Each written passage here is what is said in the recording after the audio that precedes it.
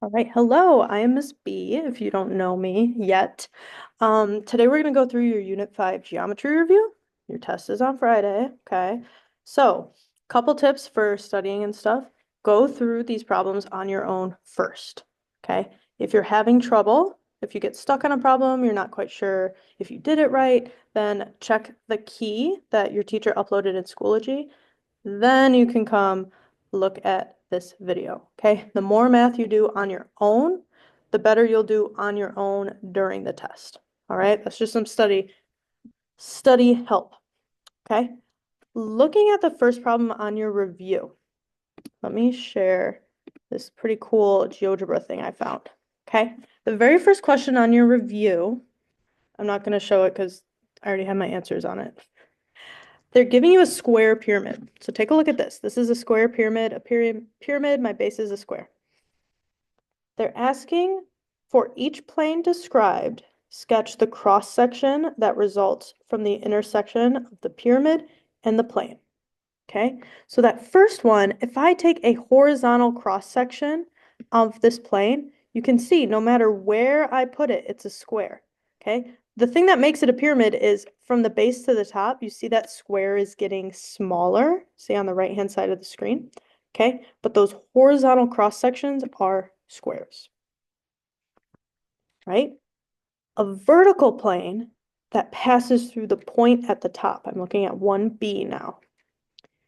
I am going to turn this so it's intersecting with that top point. Oops. And you can see my cross section is a triangle. Okay, you see that slicing right through the point? I've got the flat bottom from my square and the diagonals along each side. So there's a triangle.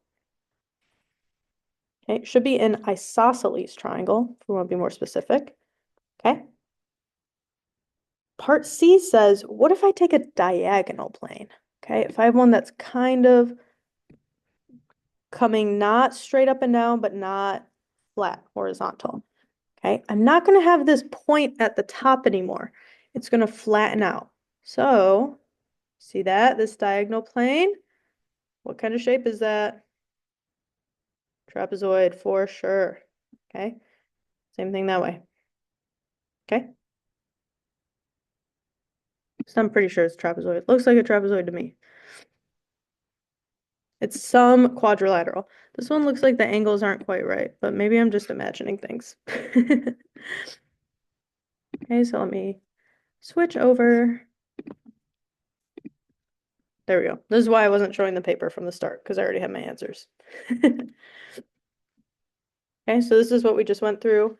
That horizontal got a square, vertical had a triangle, and here was a trapezoid, maybe a quadrilateral, definitely a quadrilateral. Yeah. Okay, number 2. A 6-inch by 10-inch rectangle is dilated by a factor of 3. So dilated, that's my scale factor. K is going to be 3. What is the area of the dilated rectangle?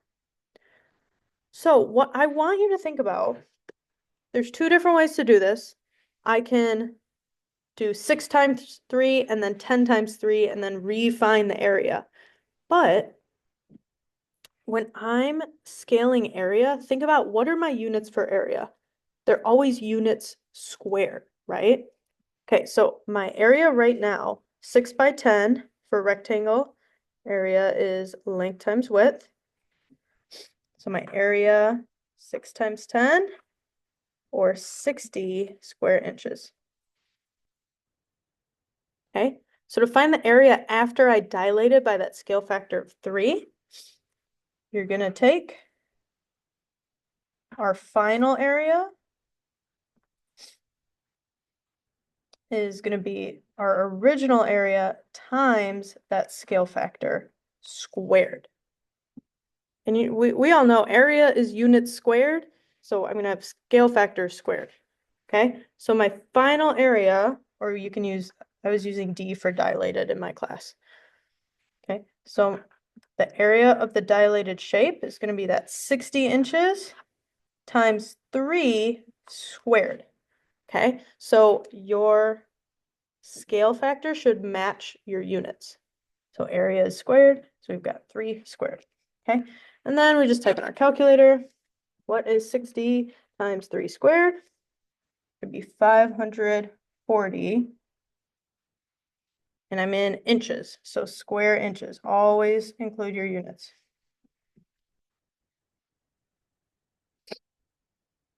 All right, next one.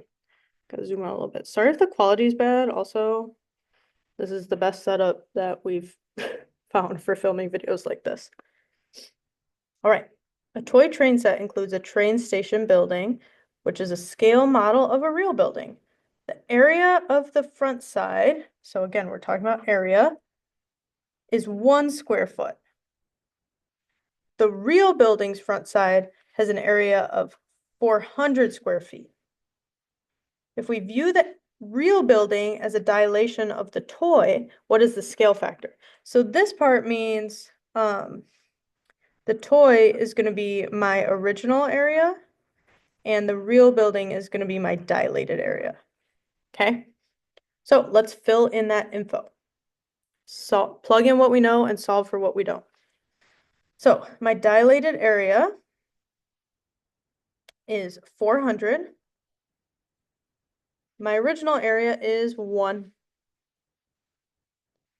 And because I'm using area, this needs to be k squared. Again, area is units squared, so I've got k squared here. All right, if this was a number other than 1, we would have to divide to get rid of it. But because 1 times k squared is just k squared, I'm just going to rewrite it over here. 400 equaling k squared. Okay. How do I get rid of a square? That's right, with the square root. So we're going to square root both sides. And then square root of 400 is 20. So k is 20. They're asking me what is the scale factor.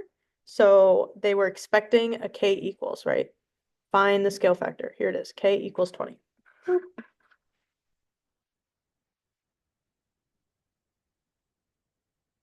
Okay, a superhero action figure has volume, talking volume now, of 1,500 centimeters cubed. The figure is dilated to create a store display. The volume of the dilated figure, maybe I should underline that, that looks important. Volume of the dilated figure is 45,000 centimeters cubed. And again, they're asking for the scale factor, so our answer should be like k equals something. Okay, when I'm working with volume, my units are not squared anymore. Volume has units cubed. Good job. Okay, so now I'm looking at the volume after dilating is equal to the original volume times k cubed. K cubed. Volume is cubed. All right, so let's plug in what we know. I know the volume of the dilated figure is 45,000, so that'll go here. 45,000 equals. The original volume was 1,500, 1,500 times k cubed. Plug in what you know, solve for what you don't. So now we need to solve for k cubed. I have 1,500 times k cubed. The opposite of multiplying is dividing. So we're going to divide to get k cubed all by itself. Here, type that in my calculator. 45,000 divided by 1,500. Practice using your calculator throughout. Okay, so 30 equals k cubed. These calculators are like 12 bucks at Meijer, or you can use the app Calculate 84. It's a free calculator on your phone. Or Desmos too. Okay. Up here, To cancel out a square, I use the square root. To cancel out a cube, you can use a cube root. Remember we learned about this during this unit. It looks like a square root, but it's got a little 3 on there, okay? So the cube and cube root will cancel out, leaving me with just k. Let's go through how to do the cube root in your calculator, right? You have to put the 3 first. So here's cube root in the calculator. You're going to press the 3 button, and then you're going to press second, and then the little arrow that you would use for that exponent. So here's what that would look like in the calculator. I'm going to clear out. I'm going to type 3. And you see how in blue there's a little root with an X next to it? So because it's in blue, I'm going to need to press second. Okay, and your calculator will see this 3 and put it where the X is. So this is what cube root looks like to your calculator. Okay, so I need the cube root of 30, so now I'll just type 30. Boop. Okay, this is approximate. Let's round to 3 decimals, sounds good. 3.107. And we can even use the little squiggly approximate sign to show that we rounded. Okay, you have to be able to use the cube root in your calculator. So write this down if you need to. Press the 3 and then second, and then it's this button.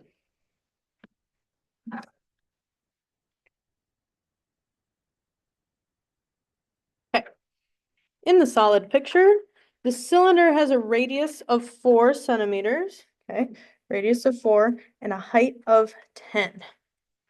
There is a hole in the cylinder in the shape of a square prism. The base of the prism has side length 4 centimeters. Calculate the volume of the solid. So they want the volume of just that shaded part. So what happened is I had a whole cylinder and then I took away this square prism part. So which math operation goes with take away? Subtraction. Good. Okay, so let's find, so my total volume is going to be the volume of the cylinder minus the volume of that square prism. Okay, because I had a whole cylinder and I took away this volume. There's a hole in it now. Okay, so volume for prisms is always the area of the base times the height. Okay, the only thing is my base is going to change depending on the shape. So cylinder has a circular base. So the area of a circle is pi r squared times the height.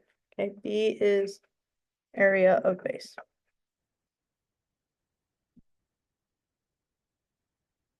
So there's my volume of a cylinder, area of the base times the height, minus volume of a square prism. Well, a square we can think of as length times width, or you can think of length squared. Let's just do length times width. And then times that height. Sometimes in my class, I like to put this in parentheses so we can see that that's the area of the base. You can write it with or without the parentheses. It will be mathematically the same. Okay, so now let's just plug in all the information we know. So pi is just pi.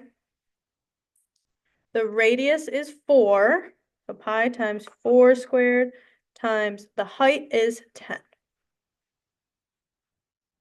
That's multiplying, not a decimal. Looks like a decimal. Minus the length and width of this square prism are both 4 because it's a square, right? So I've got 4 times 4, length times width. And the height of this square prism is the same as the height of the cylinder, which is 10. Okay, so type that in to your calculator, just straight in there. Okay, I got pi times 4 squared times 10 minus 4 times 4 times 10. There we are, 342.65. round to the nearest tenth, so I'm already failing. Because this is 6.5, I would round up to 342.7. And what are my units? Centimeters cubed for volume.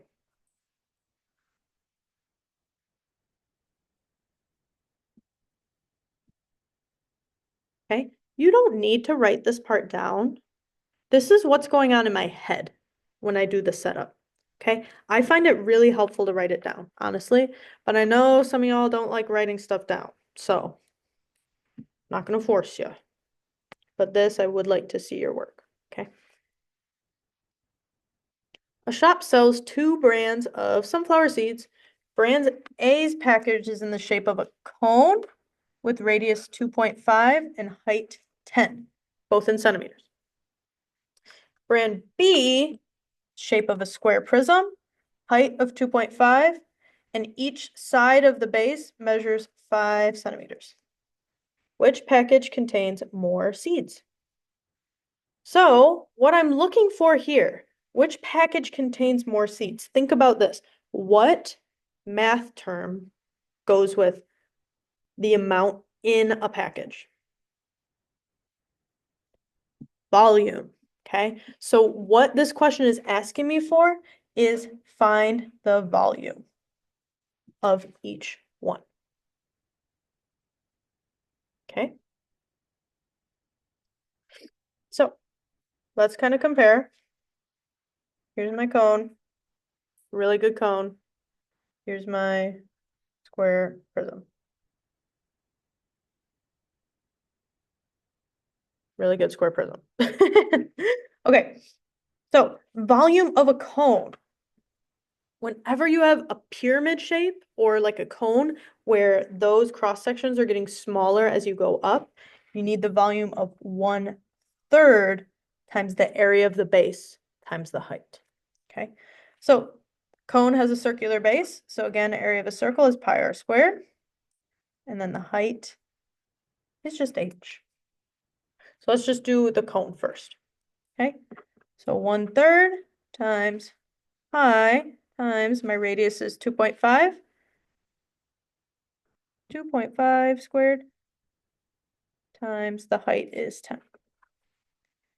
Okay, type all of that in just how it is. Okay, so 1/3 times pi times 2.5 squared times 10. 65.45, we'll round up. Okay, and this is centimeters cubed. And then let's do this one. Volume of a square prism. So this one will not have the 1/3 in front of it because it's a prism. Same cross section all the way through. So this is just area of the base times the height. So area of the square base is length times width, and then times the height. Because this is a square prism, the length and width are the same. So 5 times 5 times height of 2.5. 5 times 5 times 2.5. 62.5 cubic centimeters. So which of these has more seeds in it? Definitely the cone. So I would say brand A has more seeds.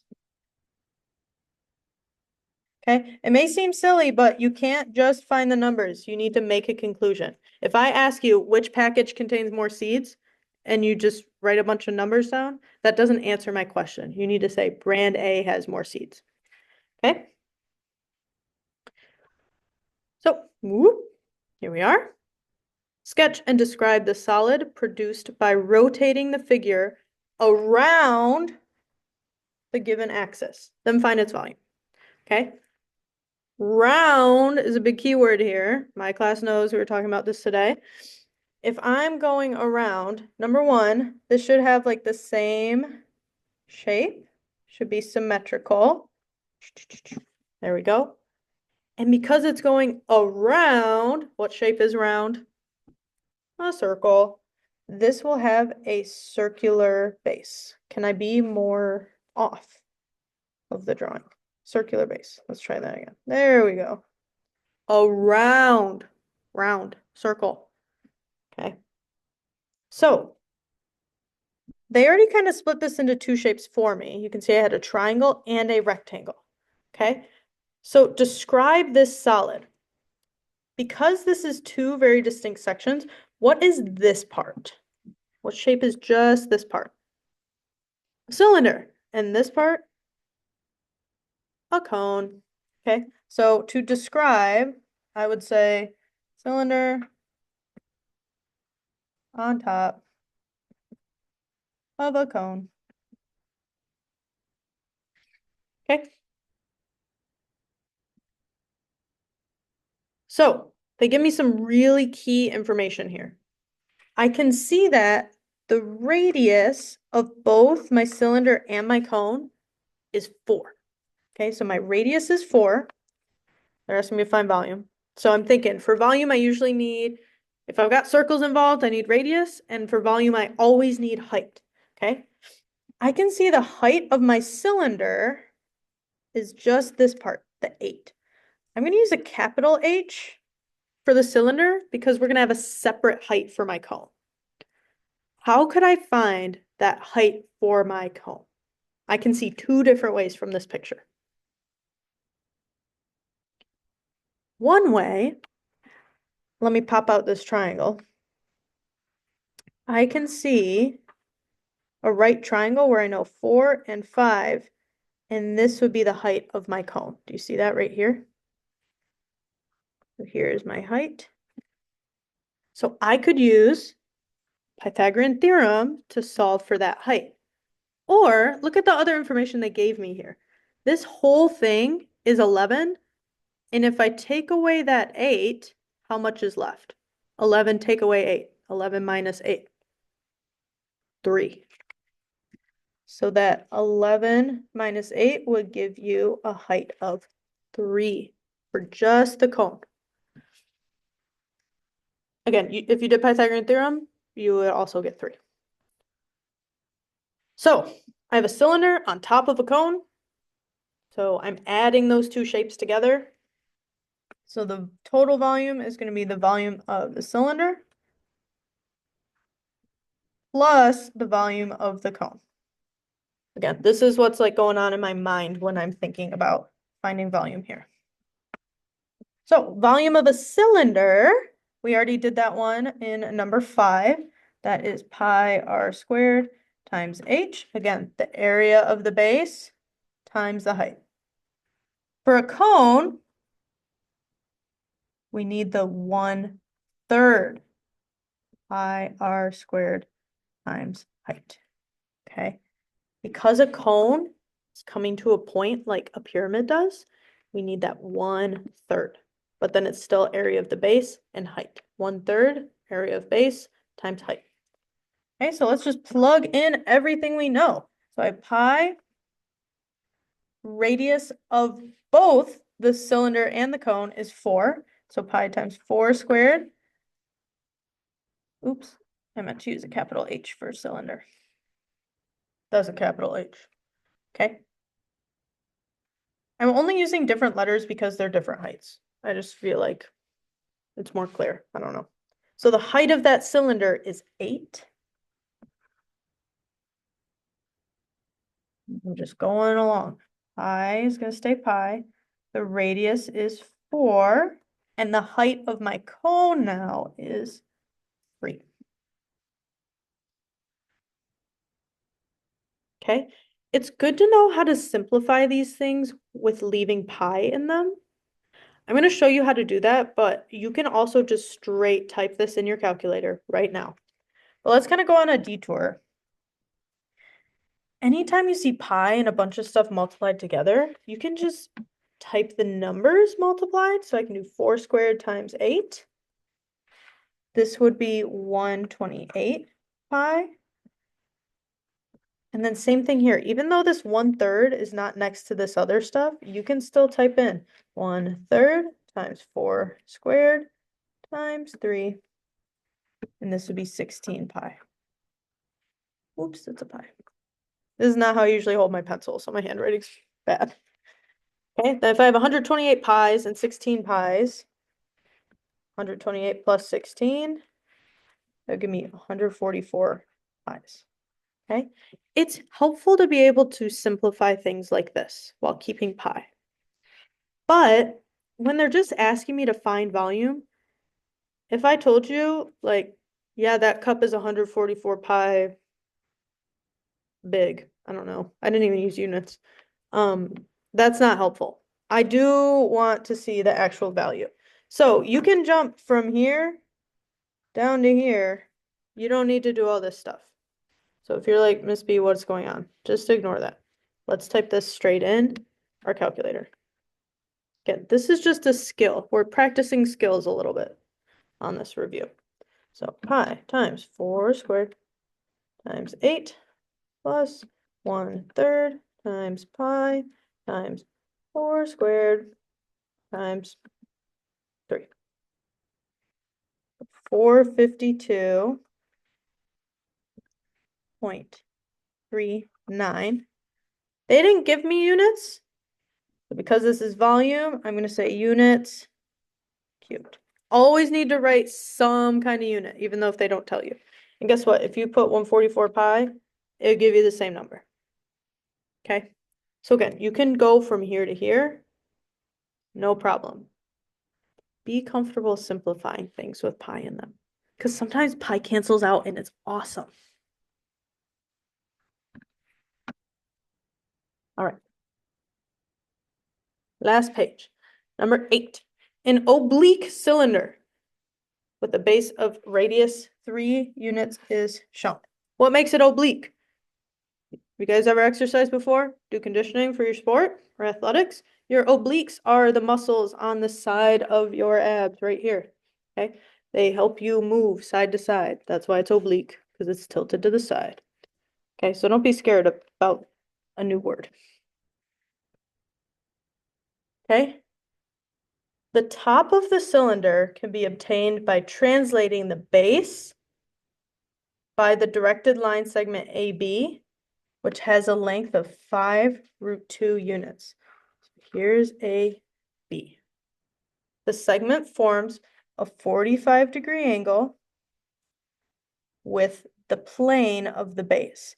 So whatever table this thing is sitting on, it has a 45-degree angle. Okay? What is the volume of the cylinder? So think about this. What information am I missing? Okay, I know my radius is 3. They told me that.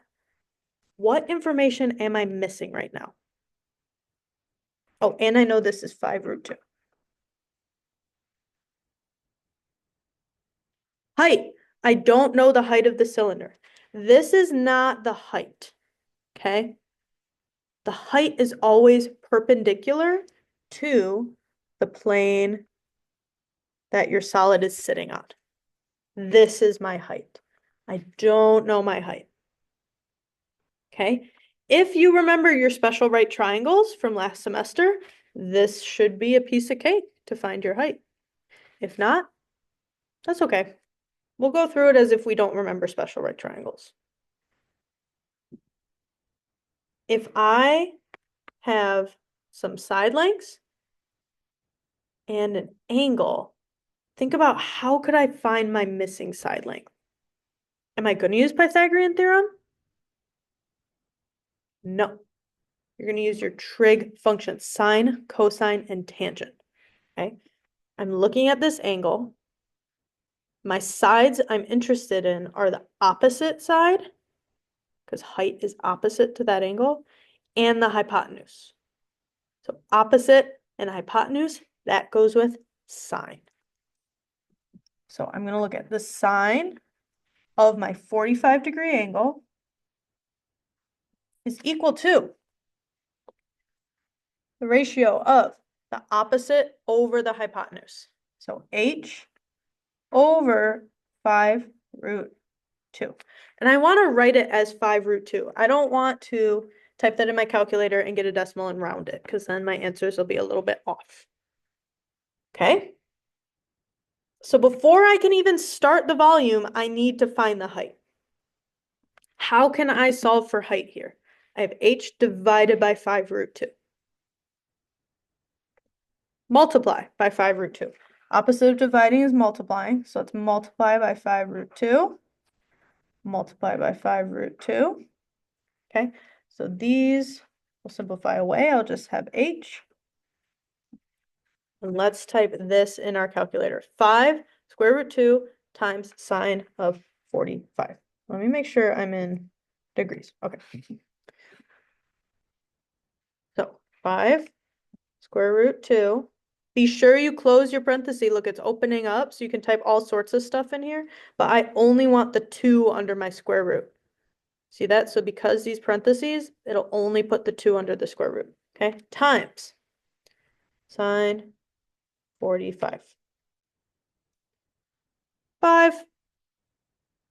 And if you knew your special right triangles, you didn't even have to do all that. You just knew. You just knew. But be sure you know how to do it if this wasn't a special right triangle. Okay? So my height is 5, my radius is 3. I think I'm ready for the volume of the cylinder. The volume formula does not change. Always area of the base times the height. So volume, the area of my base is a circle, so pi r squared times the height. Here's my volume of a cylinder. So let's plug in all of our values. Radius is 3, they told me that in my problem, 3 squared. Height is 5, I just solved for that like 2 seconds ago. Okay, so if you wanted, you could write this as 45 pi. 3 squared times 5 is 45. So 45 pi, or that is 141.37 units. Cubed, because it's volume. Units cubed. Okay. If these types of problems are still difficult for you, rewind, listen to the questions that I'm asking as we progressed through this problem. Okay, they're asking me about volume. Do I have all my information to find volume? Sometimes I write my equation first. Before I write anything else, sometimes I write my volume equation, and then I would say, well, I have my radius. Do I know my height? No. How can I get that height? I need to use sine, cosine, or tangent because there's an angle involved, okay? So you hear that? You got to kind of think backwards a little bit. Like think about my end goal for volume. What am I missing? How could I go on like a side tangent? Tangent. How can I do some work off to the side to find my missing information to ultimately find volume? Okay? Act like you hear your teachers talking to you in your head. All right. Find the volumes of the following solids. Nice. Okay, let's start with this one. I can see this is a rectangular pyramid. I'm getting smaller up to a point. And they gave me the height, okay? You see the height is perpendicular to the plane that this is sitting on. So I am all set. So volume 1/3. The area of the base is length times width. And then I multiply by height. You could have just maybe plugged in right away. So 1/3 times 4 times 7 times 9.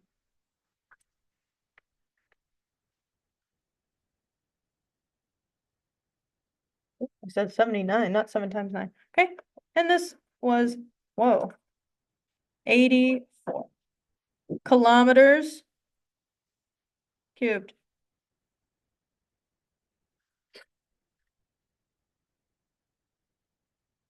This one. What shape is this?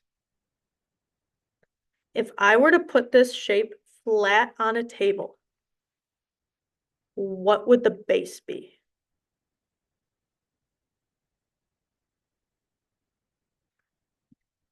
you said this part.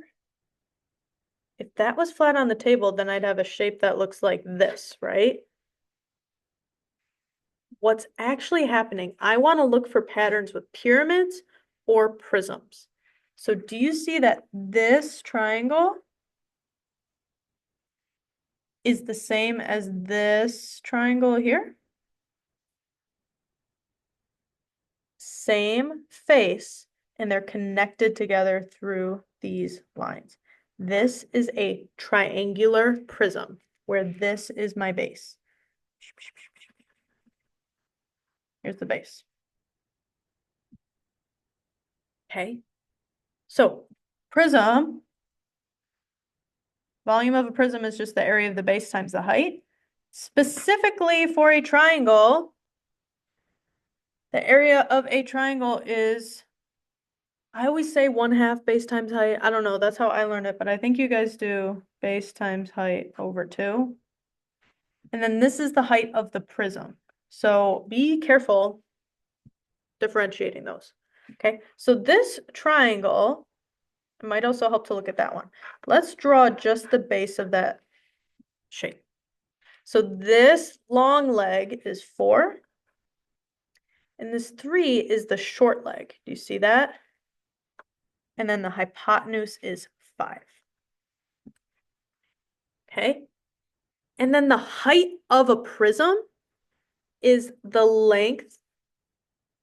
I mean, if it's not an oblique prism, that is, because this one was different, right? This one was different. Is going to be the length that connects the two faces. That is the height of the prism. So this is H for like the whole thing. Maybe I'll make this one a capital H.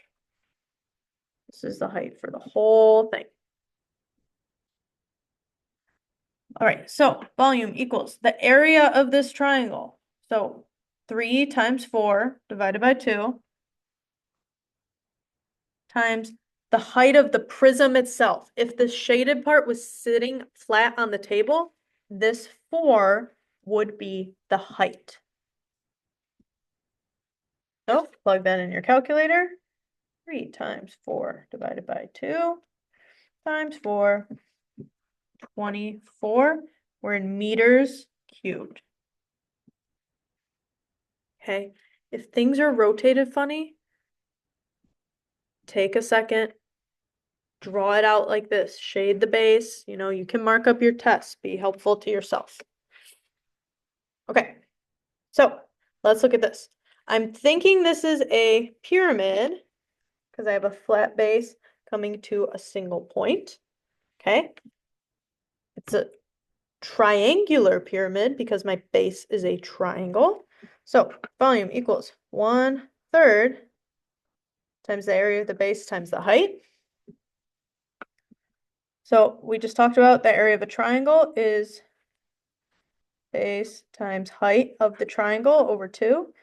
And again, I'm going to use a capital H for the height of the whole pyramid. So this triangle, here's the base, here's the height. We've got 1/3 times 6 times 8 over 2. And then, hey, I can use this height because it's at a right angle to the base, that table that the solid is sitting on. So 10 is going to be the height of the whole thing. Right? Now I can just plug stuff in. I know it might seem weird, but you can just type it straight in. So 1 divided by 3 times 6 times 8 divided by 2 times 10. Okay? If there was addition and subtraction involved, you could not do this.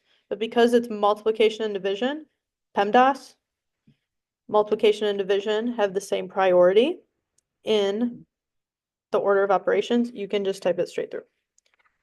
Okay, so 80 miles cubed. I hope the other teachers aren't mad at me for that one. We'll leave it there. Okay. This last one. I have a cone. So already I'm thinking I'm gonna use this formula, right? Because I have a cone. So I need the 1/3 times area of the base times height. Well, a cone has a circular base, so 1/3 pi r squared h. Okay, again, this is the thought process. Act like you're listening to me in your ear while you're taking your test. Here's my volume. Do I have all that information? I see the radius. Do you see the height? No, no, no, no. They give me the 16, which might help if I draw it over here with the radius. Okay, but I do not know that height here. Okay, I'm making a triangle. What? Okay, there's no angle involved. So I'm not going to use sine, cosine, tangent because there's no angles involved. What strategy should I use to find this height? Pythagorean theorem. You are so smart. Okay, so h is a missing leg. So let's set up 6 squared plus h squared plus, or equal, oh my gosh, equals 16 squared. Sorry, that was a mistake. I had some people in my, some of my students saying, can I use b here? Yeah, you can. Sometimes as I'm solving, I forget what I just solved for. So I like to do h. So at the end, I know I was solving for height. Okay, so let's convert this. 6 squared is 36. I still have plus h squared. And then 16 squared is 256. Solving skills, solving skills. Can you solve an x squared equation? Hi, Hezzy, can you give me 1 second? Did you leave something? Next door. Sorry. Okay. Subtract 36. Subtract 36 would give you h squared equaling 240. Okay, again, I'm trying to get h all by itself. So I'm 1 step closer, but not quite there. What do I do now? Square root to cancel out my square. Okay, so square root of 240.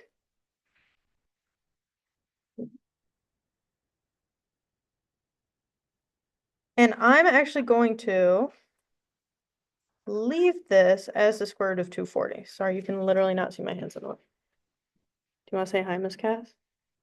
Hi. To all the geometry students.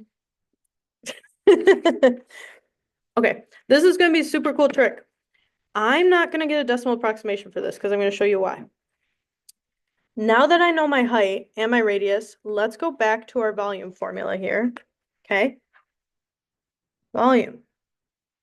1/3 pi. I thought we were solving for radius. This is not going to be a trick. Miss Cass distracted me. I'm blaming her. Okay, but we should still keep this in to get an accurate answer. Okay, my radius is 6, so I got 6 squared. Height is square root of 240. Oop, I'm getting a little cramped over here. This is my work to find height. Okay, type that in just like that. So 1/3 times pi times 6 squared times the square root of 240. And we get 584.03 centimeters cubed. Centimeters cubed. Whew. Guys, we did it. That is a whole review. Okay. Good luck on your studies. Get a good night's sleep the day before the test. Ask your teachers for help if you need help, all that good stuff. Okay. My students, I will see you all Thursday and Friday. Everyone else, good luck studying. Hey.